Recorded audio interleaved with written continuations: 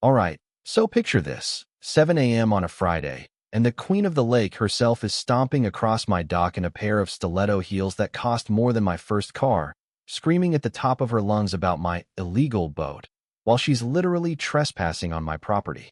She's waving a cease and desist letter around like it's a sword, jabbing those blood-red nails right at my '87 Chris Craft, my pride and joy, which I'd spent years restoring after inheriting the place from my uncle.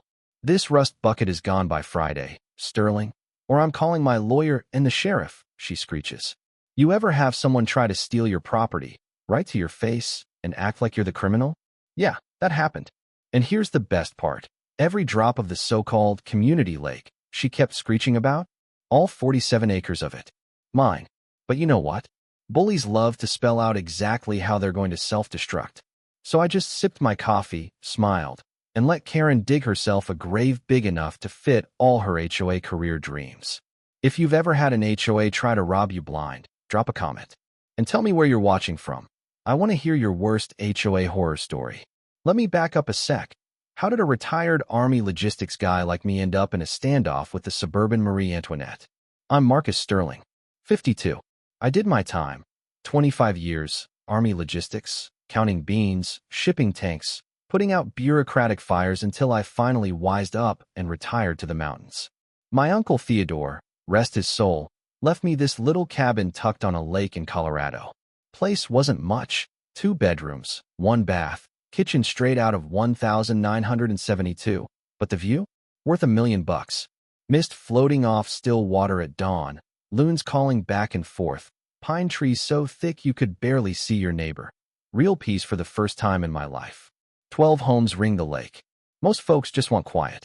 Or so I thought, until Karen Whitmore moved in 3 houses down. White BMW, whiter teeth, a real estate license, and the attitude to match. Married to some city council hopeful. Within 2 weeks, she was president of the HOA, which is pretty easy when you're the only one desperate for the title. First time we met, I was elbow deep in my boat's engine, grease everywhere, and she totters down the dock in her designer heels and hits me with the classic. Oh, you're the military man? Hope you know we have standards around here. You know what I mean? That phrase just drips with condescension. But I brushed it off. Next thing I know, the boat's too big.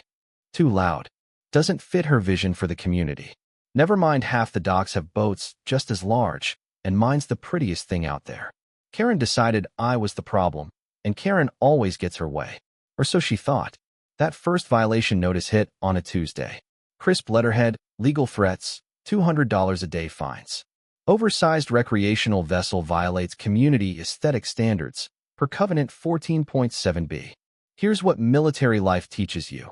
Don't react, gather intel. So I started digging. Who was Karen, really? What didn't I know about my uncle's land? Because logistics is all about knowing more than your opponent. And I had a hunch Karen wasn't as prepared as she liked to think. 3 days later, she calls a midday emergency HOA meeting. The classic play, schedule it when nobody can show up except her little fan club. I walk into her living room.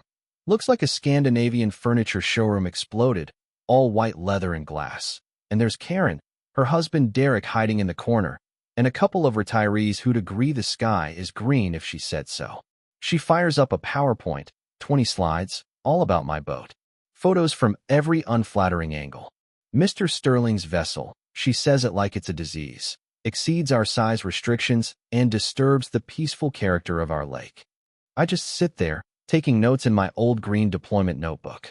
My old sergeant used to say, never interrupt someone who's digging their own grave.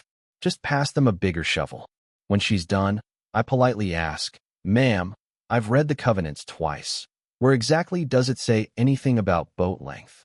She stammers something about implied standards. I point out Derek's got 2 jet skis and a cigarette boat that, combined, are bigger than mine. Suddenly, Derek's sweating bullets. Here's the kicker. I had just come from City Hall. Derek's dock extension? Never filed for a permit. That's a municipal code violation right there. The look on Karen's face, priceless. And then in walks Betty, 73, ex-high school English teacher, armed with a tray of snickerdoodles and 40 years of busting arrogant kids down to size.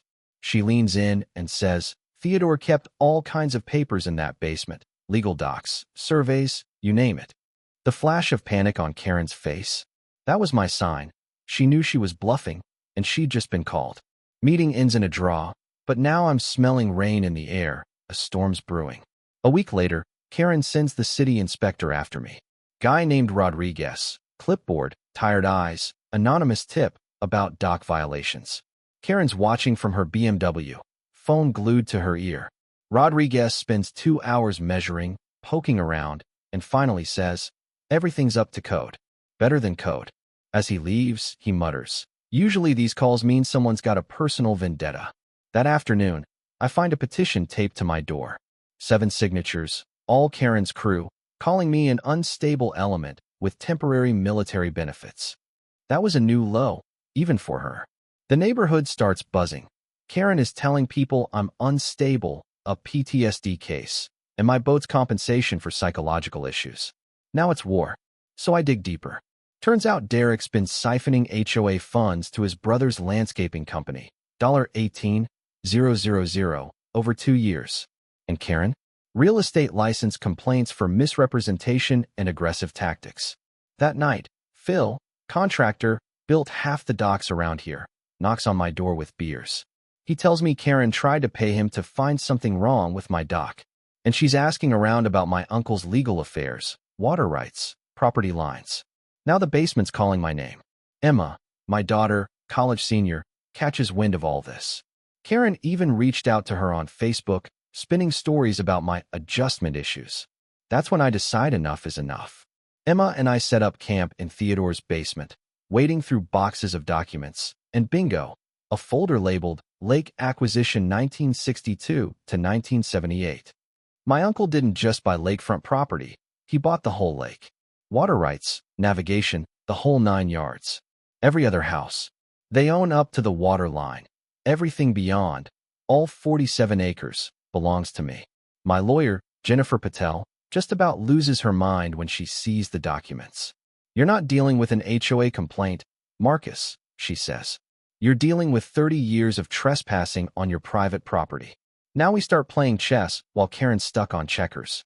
She keeps escalating. Lawyer letters, media campaigns, even gets Channel 9 News to run a piece painting me as a dangerous vet terrorizing the neighborhood. But every time she opens her mouth about community waters, she's digging the hole deeper.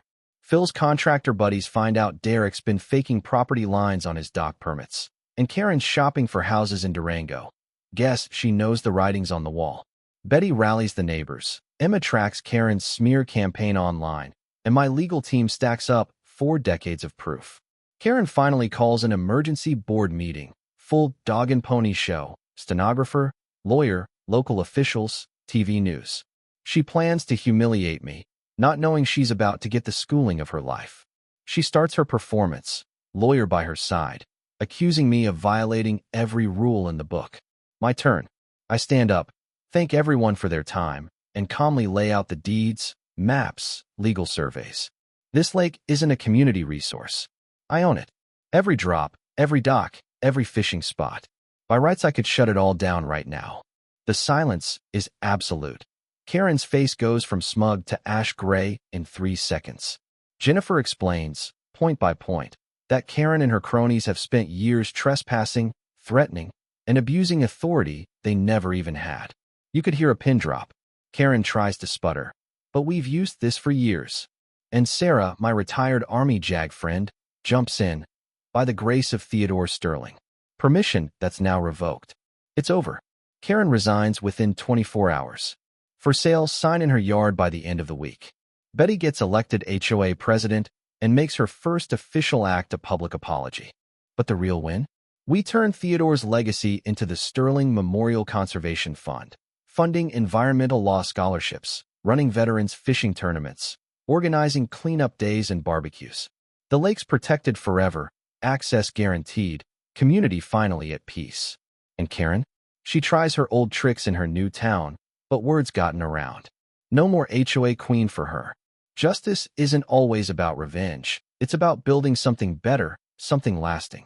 So every night I sit on my dock, coffee in hand, watching the sun set over water that'll be protected for another 60 years, knowing my uncle's quiet genius beat every bully at their own game. Now, If you made it this far, tell me your HOA nightmare in the comments. What's the worst power trip you've survived? Hit like if this story gave you chills, and don't forget to subscribe. Next week, the HOA that tried to evict a veteran service dog. Yeah, you don't want to miss how that turned out.